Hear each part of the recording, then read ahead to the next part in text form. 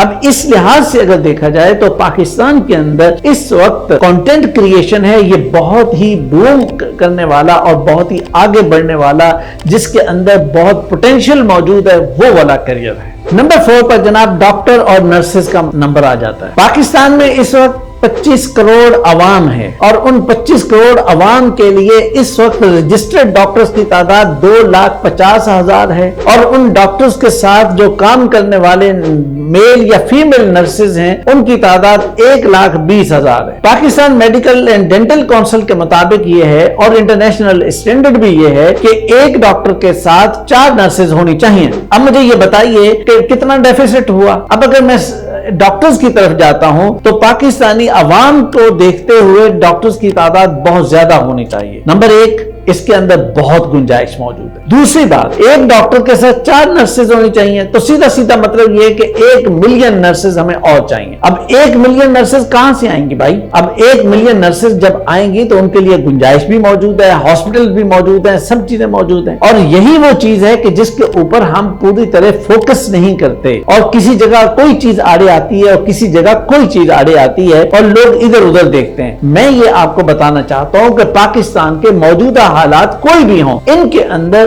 یہ safest career ہے۔ لیکن ایک بات یاد رکھیے کہ صرف نمبر کی بنیاد پر نہیں بلکہ اپنے ایپٹیچیوڈ کی بنیاد پر اس کا انتخاب کیجئے، پھر پاکستان کو بھی اس کا فائدہ ہوگا۔ اور پاکستان جو آج گلوبل ہیلتھ انڈیکس کے اندر 195 ممالک کے اندر 130 نمبر پر ہے، اپنے انفراسٹرکچر اور اپنی باقی سہولیات کی وجہ سے ہم اس میں بھی اپنا نمبر اوپر کر سکیں گے۔ نمبر 3 پر جناب ہے ٹیچنگ۔ ٹیچنگ ایک ایسا فیلڈ ہے کہ پاکستان کے حالات کچھ بھی ہو جائیں، کوئی معاملہ بن جائے، کسی طرح کا آندھی طوفان آ جائے، یہ سب سے سیف ہے، کوئی پرابلم نہیں، کچھ نہیں ہونے والا ہے اس کو۔ یہ مونٹیسری لیول ہو، پرائمری لیول ہو، مڈل لیول ہو، ہائی اسکول ہو، کالج ہو، یونیورسٹی ہو، اسپیشل ایجوکیشن ہو، کسی بھی طرح کی ٹیچنگ ہو، یہ ساری کی ساری سیف ہے۔ اور دوسری بات یہ کہ گورنمنٹ آف پاکستان کے پلان کے مطابق یہاں اس وقت ایجوکیشن ایمرجنسی ہے۔ ایجوکیشن ایمرجنسی کا مطلب یہ ہے کہ اس کو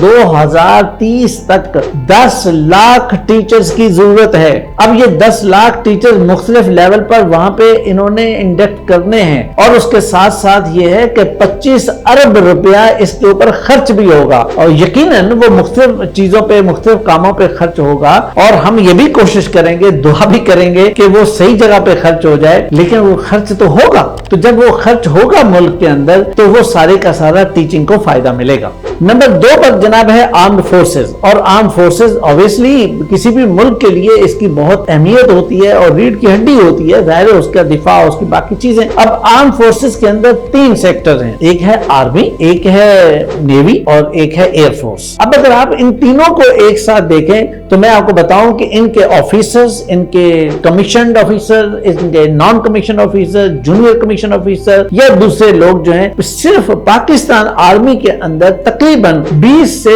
30 ہزار لوگ اینولی انڈکٹ ہوتے ہیں، اور نیوی کے اندر کوئی تقریباً 3,000 سے کچھ اوپر تعداد ہے ان کی، ایئر فورس کے اندر کوئی 4,000 کے قریب ان لوگوں کی تعداد ہے جو ہر سال جن کی ہائرنگ ہوتی ہے، ریکروٹمنٹ ہوتی ہے۔ اب اس سارے نمبر کو سامنے رکھیں، اور اس کے ساتھ دوسرے سائڈ کہ ایک دفعہ آپ وہاں پہ گئے تو آپ کا سیلری پیکج، آپ کی سہولیات، آپ کو ریٹائرمنٹ فیسلٹیز، اور اس کے ساتھ ساتھ یہ کہ آپ کو باقی سیکیورٹی، جاب سیکیورٹی ہو یا اس کے علاوہ سیکیورٹی ہو، وہ ہر لحاظ سے آپ محفوظ ہیں اور بہترین ہیں۔ اور یاد رکھیں کہ یہ معاملہ صرف پاکستان کا نہیں ہے کہ پاکستان کے اندر ایسا ہے، دنیا کے ہر ملک کے اندر یہ ایسا ہی ہے۔ اب آئیے جناب ہم بات کرتے ہیں نمبر 1 پر، اور وہ ہے سول سروسز۔ سول سروسز سب سے سیف، جاب سیکیورٹی کے اعتبار سے، بینیفٹس کے اعتبار سے، ڈیمانڈ کے اعتبار سے، ہر لحاظ سے، اس لیے کہ کوئی بھی گورنمنٹ جو ہے وہ بیوروکریسی کے بغیر چل ہی نہیں سکتی۔ بیوروکریسی کے بغیر نہ چلنے کی وجہ کہ کوئی مجبوری نہیں ہے، یہ سسٹم ہی ایسا ہوتا ہے، اور یہ آج سے نہیں ہے، یہ جب سے دنیا بنی ہے اس کے اندر اس کو کہتے ہیں سرکاری مشینری۔ مشینری وہ نہیں ہوتی کہ جو مختلف انداز سے جو چیزیں ہوتی ہیں، مشین جب کہا جاتا ہے سرکاری مشینری تو سرکاری مشینری سے مراد اس کی بیوروکریسی، اس کی پولیس اور اس کے مختلف ادارے ہوتے ہیں۔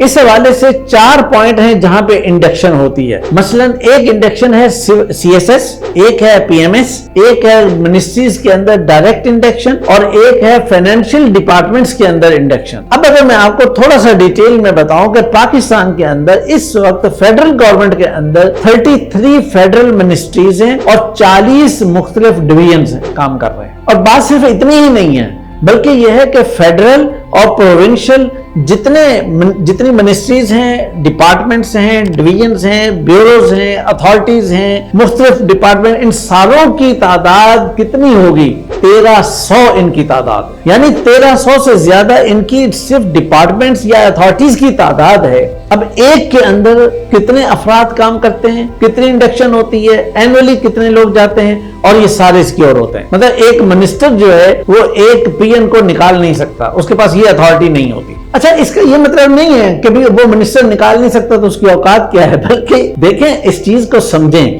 کہ پاکستان کا جو گورنمنٹ کا سسٹم ہے وہ اتنا ساؤنڈ اور اتنا سٹرونگ ہے کہ وہ ہر شخص کو جو اس کے اندر آتا ہے اس کو سیکیورٹی دیتا ہے. اسی لیے پریفر کیا جاتا ہے کہ بھئی وہ گورنمنٹ جاب مل جائے، وہ پکی نوکری ہوتی ہے. اب آئیے ایک اور میں آپ کو ایک چیز شیئر کروں. According to the federal public service commission 2023 میں 12,000 پوزیشنز اناؤنس ہوئی ہیں، ایڈورٹائز ہوئی ہیں. اب اس کا مطلب یہ ہوا کہ ایسا نہیں ہے کہ نوکریاں مل نہیں رہی یا ہے نہیں، بھئی ہیں بھی، مل بھی رہی ہیں، اور سب سے سیکیور بھی ہیں. اور نمبر 1 پر یعنی ٹاپ لیول پر پاکستان کے اندر ہی نہیں پوری دنیا میں یہی سیکٹر ہوتا ہے. میں یہ سمجھتا ہوں کہ یہ جو 7 کیریئرز میں نے بتائے ہیں یہ سیفسٹ کیریئرز ہیں. ہاں، اس کے علاوہ کچھ اور بھی ہو سکتے ہیں جن کا میں نے پہلے ذکر کیا. تو آپ اپنے کریئر کو ڈائریکٹلی پلان کیجئے. جب تک آپ اپنے کریئر کو اپنے حالات، اپنی ضروریات، اپنے انوائرمنٹ کے مطابق آپ پلان نہیں کریں گے، اس وقت تک آپ کسی بھی کریئر کی طرف آپ آگے بڑھنے کی کوشش کریں گے تو وہ آپ سکسیسفل نہیں ہو پائیں گے. اپنی دعاؤں میں یاد رکھیں اور خوش رہیے، شاد رہیے، آباد رہیے.